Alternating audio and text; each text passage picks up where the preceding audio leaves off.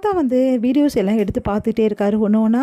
அப்போ கரெக்டாக வந்து அந்த வீடியோ வந்து கண்ணுக்கு வருது. பார்த்தோன்னே இது வந்து அந்த ஓடிட்டு இருந்தாங்கல்ல மியூசிக் சேர், அந்த வீடியோவில் அப்படி சொல்லிட்டு பார்த்துட்டே வர்றாரு. பார்த்தா வந்து காவேரி விழறதும் அதை வந்து அந்த வந்து கிருஷ்ணா தள்ளி விடுறதும் கரெக்டாக இருக்குது. அதில் அது ஜூம் பண்ணி பார்க்குறாரு. பார்த்தோன்னே அதிர்ச்சி அடைகிறார் தாத்தா.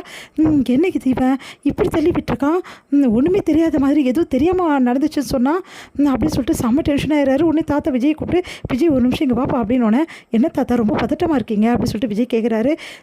இல்லைப்பா, இந்த காவேரியை தள்ளி விட்டது அந்த கிருஷ்ணா தான்ப்பா அப்படின்னோடனே, என்ன தாத்தா சொல்கிறீங்க, எதிர்ச்சியாக வந்து காவேரி விழுந்துடா தாத்தா. இல்லைப்பா, கண்டிப்பாக அந்த கிருஷ்ணா தான் தள்ளி விட்டுருக்கான், இங்கே பாரு அப்படின்னு சொல்லிட்டு வீடியோ காட்டுறாரு.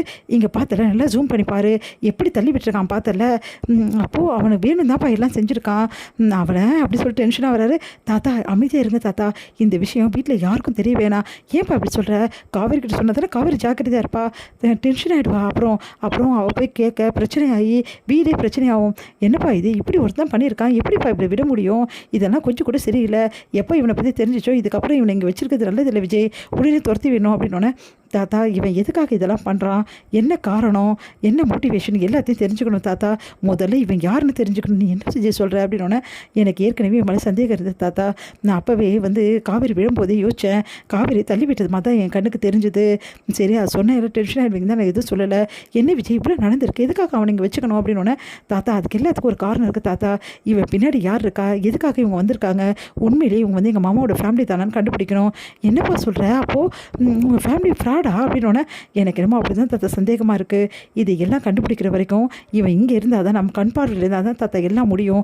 வெளியே போயிட்டானா வேலைக்கு ஆகாது தாத்தா. இந்த பிரச்சனையை ஏன் கிட்டே விடுங்க, நான் எல்லாத்தையும் கண்டுபிடிச்சிட்டு என்ன விஷயம் ஏது விஷயம் உங்ககிட்ட சொல்கிறேன்.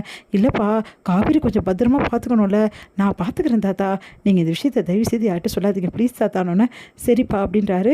இங்கே விஜய் யோசிச்சுட்டே இருக்காரு. கரெக்டாக இங்கே நிவின் வந்து கால் பண்ணுறாரு. நிவின் கேட்டதும், நான் அதிர்ச்சி, நீங்கள் என்ன சொல்கிறீங்க நிவின் அப்படின்னோடனே, ஆமாம் அந்த கிருஷ்ணாவை ஃபாலோ பண்ணிட்டு போனேன். அந்த கிருஷ்ணா ராகுவ் கிட்ட மும்மரமாக நின்று பேசிகிட்டு இருந்தான். ராகுவ் வந்து ஏதோ கட்டளை மாதிரி சொல்லிட்டு இருக்கான், அந்த கிருஷ்ணாவும் கேட்டுட்ருக்கான். அப்படின்னா ரெண்டு பேரும் சேர்ந்து ஏதோ திட்டம் போடுற மாதிரி தான் எனக்கு தோணுச்சு. ராகுவ் செம்ம டென்ஷனாக கத்தின்னு இருந்தான் கிருஷ்ணாவை.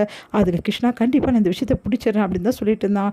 எனக்கு என்னமோ சந்தேகமாக இருக்குது விஜய், கண்டிப்பாக அந்த கிருஷ்ணா பின்னாடி ராகுவ் தான் இருக்கான், ராகுவ் பின்னாடி கண்டிப்பாக அவங்க அப்பா தான் இருப்பார்.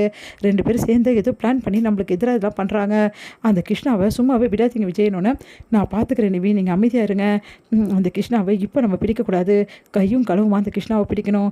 அது மட்டும் கிடையாது, இந்த கிருஷ்ணாவை எதுக்காக அமைச்சிருக்காங்க, என்ன கதை, இவங்க தான் அமிச்சாங்களே, எல்லாத்தையும் நம்ம கண்டுபிடிக்கணும். அந்த கிருஷ்ணா இதுக்கப்புறம் என்கிட்ட மாட்டினா நீங்கள் அமைதியாக இருங்க, நான் பார்த்துக்கிறேன் அப்படின்னோடனே, இங்கே பாருங்கள் விஜய், ரொம்ப கவனமாக இருங்க. இந்த அளவுக்கு வந்து குடும்பத்தில் குழப்பத்தை உருவாக்கினா இவனுங்களாம் என்ன வேணாலும் செய்வாங்க அப்படின்னு சொன்னோன்னே, சரி நான் பார்த்துக்கிறேன் விடுங்க அப்படின்றாங்க. நிவின் வந்து உடனே கேட்குறாரு, சரிங்க விஜய், அவனை வேலையை விட்டு தூக்கிடுங்க, ஏன்னா ஆஃபீஸ்லேயே அவன் குழப்பம் பண்ணி பெரிய பிரச்சனை உண்டாக்க போகிறான். அவனை வேலையை விட்டு தூக்கினா அவன் உஷாராயிடுவான், அதுக்கப்புறம் நம்மளுக்கு எந்த விஷயமும் தெரியாமல் போயிடும். அவனை வேலையை விட்டு தூக்கக்கூடாது, அவனை எப்படி கண்காணிப்பில் வச்சுக்கணும், எப்படி அவனை என்ன பண்ணணும்னு எனக்கு நல்லாவே தெரியும்.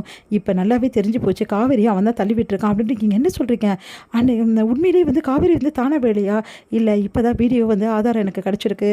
தாத்தா வந்து வீடியோ எடுத்துகிட்டு இருந்தார், எல்லோரும் சந்தோஷமாக இருக்கிறத, அப்போ தான் தாத்தா காட்டினாரு, காவேரி அவன் வேணும்னே தள்ளி விட்டுருக்கான், அந்த வீடியோ என்கிட்ட இருக்குன்னொன்னே, எவ்வளோ தைரியம் இருக்கும் அவனுக்கு, இந்த மாதிரி ஒரு கேவலமான விஷயத்த பண்ணியிருக்கான். வர்ற கோவத்தில் எனக்கும் செம கோவம் வருது நிவின், அவனுக்கு இப்போவே சட்டையை பிடிச்சி 4 அறை கொடுக்கணும் போல இருக்குது. எவ்வளோ தைரியமாக இருந்தால் இந்த மேலே வேறு வேலையை செஞ்சுருப்பான். ஆனால் அவனுக்கு பின்னாடி யார் இருக்குது நம்மளுக்கு தெரிஞ்சு போச்சுல, இதுக்கப்புறம் என்ன பண்ணுறது அப்படின்னு சொல்லிட்டு நான் சொல்கிறேன், அதன்படி நீங்கள் செய்யுங்க அப்படின்னோடனே, சரி விஜய் நீங்கள் சொல்கிறது நான் செய்கிறேன்றாரு.